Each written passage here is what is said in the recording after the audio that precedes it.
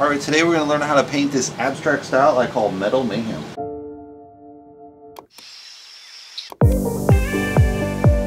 Alright, the question of the day is, what is Islamic calligraphy?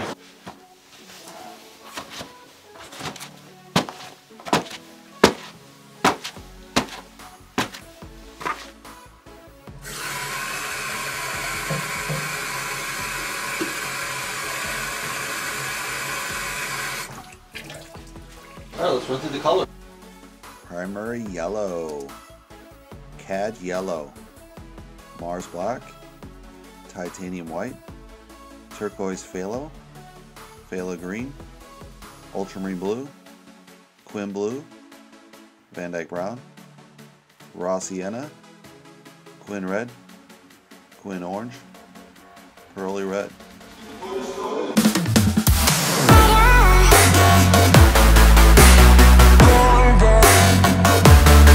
Alright, we just got this done. We added some blue, turquoise, we got the yellow coming through, a lot of white coming through this color, and kind of what we're going to add is maybe a burnt orange and I think a yellow into this to really make that stand out against the blue.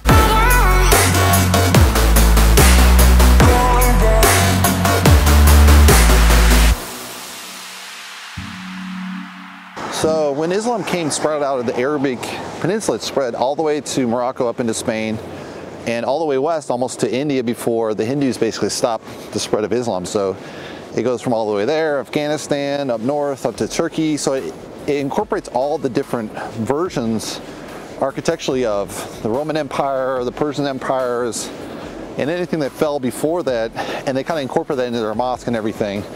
And Muhammad basically forbid depictions of the human figure and was only allowing geometric shape, animal art form, and calligraphy. So a lot of the artists kind of focused in on calligraphy as a really artistic art form, and this evolved over different centuries from the origins in the 600s when Imam Muhammad is alive, all the way up to today. It's kind of branching out into graffiti, so to say, because graffiti is obviously a take on calligraphy as well. And so, you know, the people doing Islamic calligraphy are getting influenced by that as well. And this type of calligraphy branched out outside of the religion into just pure decorative kind of statements, you know, besides just quoting quotes from the Quran. There are still obviously the traditional aspects of people quoting from the Islam, doing very traditional, maybe Turkish style calligraphy writing with particular elements, particular paper, particular material. And there's more modern version, which I find myself much more appealing.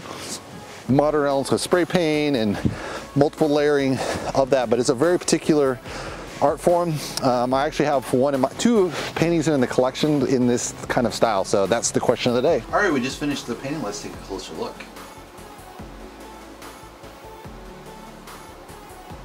So we have these nice blues to green here, with that's the yellow blending into the turquoise blue. And here we have more of a pure green. We brought back in that quin blue. It's not phthalo blue, it's quin blue.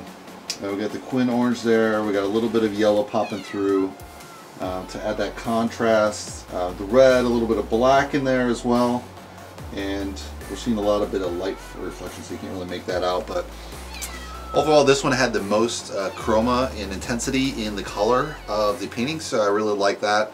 The greens in the middle are really quite nice, very stark contrast, kind of lime green, rust feel to it. There's this really nice blend in the yellow areas. This has a really nice yellow warm side and cool side with the blues and then the yellows. So I like this quite a bit. I think it's pretty good. I could have added more color on top of where it's just blue and white, because that kind of does look unfinished, so to say, because there's white popping through, but you know, I'm not too concerned with that.